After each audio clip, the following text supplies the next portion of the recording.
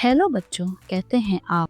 आज मैं आपको रूसी लेखक बिताल्की बियानकी द्वारा लिखी नन्हे नन्हे घर से ली गई एक छोटी स्टोरी सुनाने जा रही हूँ, जिसका नाम है पहला शिकार, जो एक स्मॉल पपी पर लिखी गई है। तो कहानी इस प्रकार है। एक स्मॉल पपी आंगन में मुर्गियों के पीछे पीछे भागता भागता थक गया, तो उसने सोचा कि क्यों ना चलकर जंगली जानवरों और चिड़ियों का शिकार किया जाए।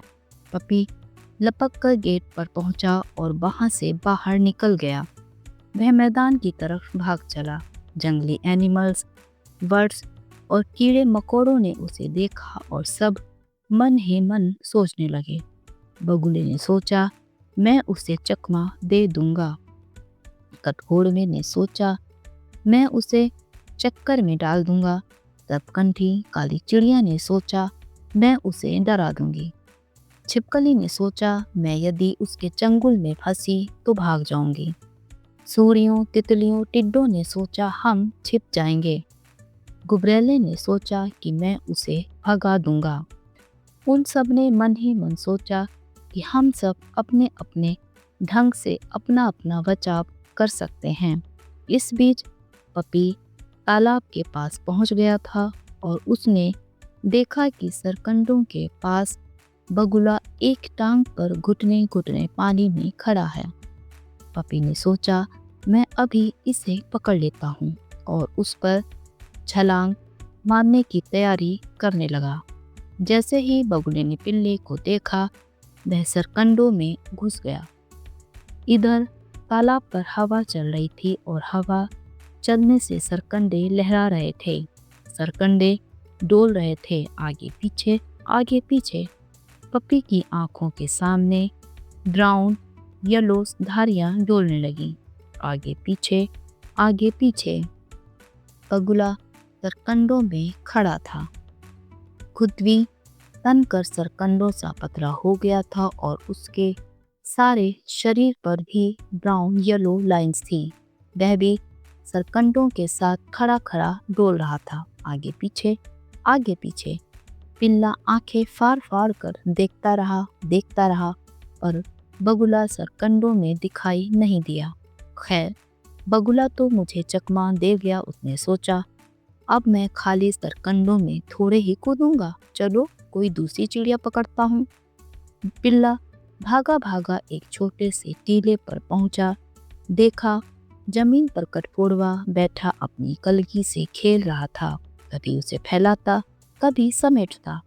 पिल्ले ने सोचा कि अभी मैं टीले से उस पर कूदता हूँ, मगर कठफोड़वा जमीन पर सपाट लेट गया।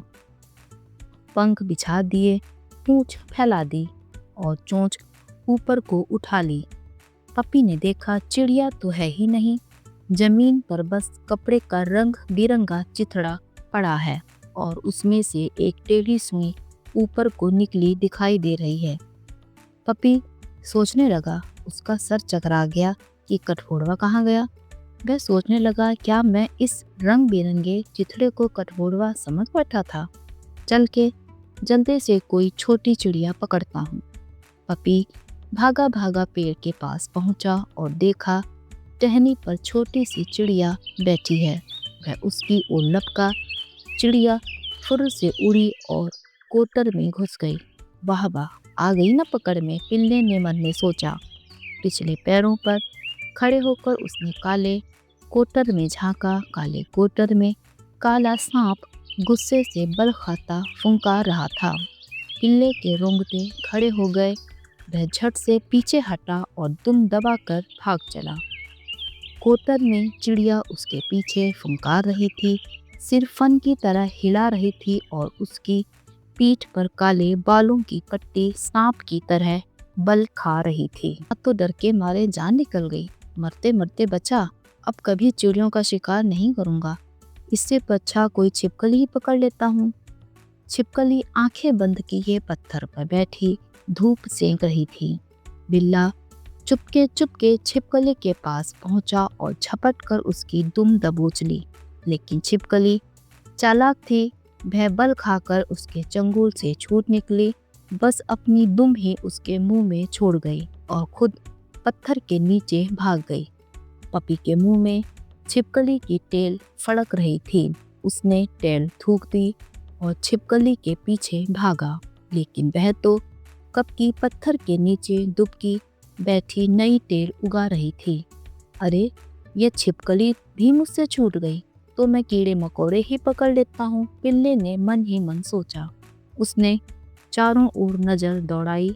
जमीन पर गुबरैले इधर उधर भाग रहे थे, घास में ग्रास हॉपर कूद रहे थे और पत्तियों पर सूड़ियां रेंग रही थी तथा बटरफ्लाई उड़ रही थी। पपी उन्हें पकड़ने दौड़ा तो अचानक सब मैजिक की तरह गायब हो गया। अभी तो सब कीड़े मकोड़े यहीं पर थे, अब कोई भी दिखाई नहीं दे रहा। लगता है सब छिप गए। Green grass hoppers green grass में दुबक गए।